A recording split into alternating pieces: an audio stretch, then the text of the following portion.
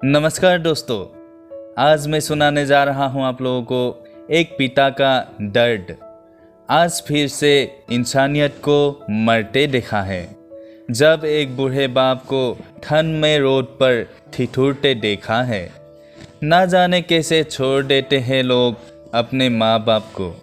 आज फिर एक ज़िंदगी को बेदर्दी से मरते देखा है।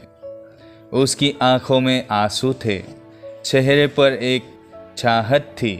इतनी मुश्किल में भी उसके चेहरे पर एक छोटी सी मुस्कुराहट थी। बहुत बुरा लग रहा था मुझे, ना जाने क्यों मन में एक बेचैनी थी। मेरे पास कुछ भी ना था देने को, लेकिन फिर भी उसको कुछ भेंट देनी थी। आखिरकार मैंने उससे पूछ ही लिया, बाबा तू यहाँ इतनी ठंड में क्यों लेटा है, अपने घर क्यों नहीं जाता। उसके आंखों में आंसू आ गए, प्यार की झलक भी दिख रही थी। वो बोला, बेटा तेरे जैसे ही मेरा भी एक बेटा है जिसको मैंने पलकों पर बिठाया था। प्यार तो खुद से भी ज़्यादा किया था उसको, क्योंकि उसके ऊपर से उठा उसके माँ का जो साया था। मैं बाप होकर उसको एक माँ का भी प्यार दिया। शायद कुछ इसी कारण से उसने मुझे आज घर से निकाल दिया। ना सोचा था मैंने कि कभी ऐसी भी घड़ी आएगी जो बेटी अपने माँ बाप से दूर आई है, आज वही मुझे घर से निकलवाएगी। मैंने बेटे को बहुत समझाया, अपने किए हर प्यार को बताया था, पर बेटे के मन में जैसे एक अंधकार सा छाया था। वो भी अपनी पत्नी की बातों में आकर अपने बाप पर जुल्म ढाया है। जिस बाप ने बेटे के लिए अपनी सारी खुशियाँ त्याग दी, आज वो जैसे हुआ कोई पराया है। बस इतनी सी कहानी है मेरी जो इस रोड पर पड़ा हूँ मैं। जिस बेटे को हर एक सुख दिया, आज उसी की वजह से इस मोड़ पर खड़ा हूँ मैं। बेटे एक बात तुमको भी बताता हूँ, तू बहुत प्यार करना अपने माँ बाप को, पर इस मोड़ पर मत छोड़ना कभी।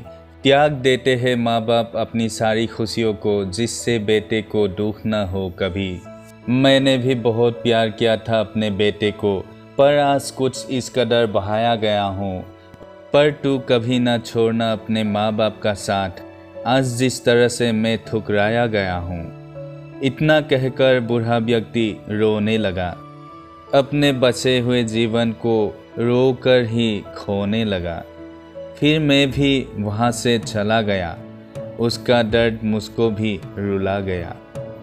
इतनी समझ तो नहीं है मुझ में कि मैं समझाऊं, पर फिर भी एक बात कहना चाहता हूँ। हर बेटे को मत छोड़ना कभी उस माँ बाप को बेसहारा, जिसने तेरे लिए अपने हर सुख को खोया है।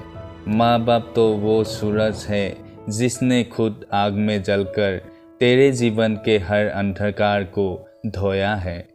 और दो बातें पिता के लिए, पैरों में टूटी हुई चप्पल है, पर हमको आकाश चूमते देखना ख्वाब है उनका। जेब तो खाली है मगर हमारे हर सपने को अपनी जेब में रखते हैं। पाँव में पड़े छाले की परवाह किए बिना मंजिल तक पहुंचाने का जज्बा रखते हैं। पूरी दुनिया में बस एक वही है जो अपने से ज़्यादा कामयाब हमें चाहते हैं। हम दुनिया के सबसे बड़े इंसान हैं उसकी नज़रों में। क्या करे साहब, ये पिता की नज़रें हैं।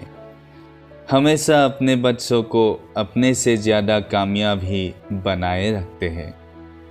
हम पानी से नहाते हैं, वो पसीने से नहाता है। देखकर मुस्कान हमारे चेहरे की, वो अपना हर दर्द भूल जाता है। मुकम्मल हो हमारे सपने, इसलिए वो हर रोज़ काम पे जाता है। वो हस्ती कोई आम नहीं जो पिता कहलाता है। तो दोस्तों, यहाँ पर मैंने दो लोगों की दो कथाएं एक साथ कही हैं, जिन्होंने भी ये पिता के ऊपर कथाएं लिखे हैं। बहुत ही अच्छी और बहुत ही दिल से लिखे हैं।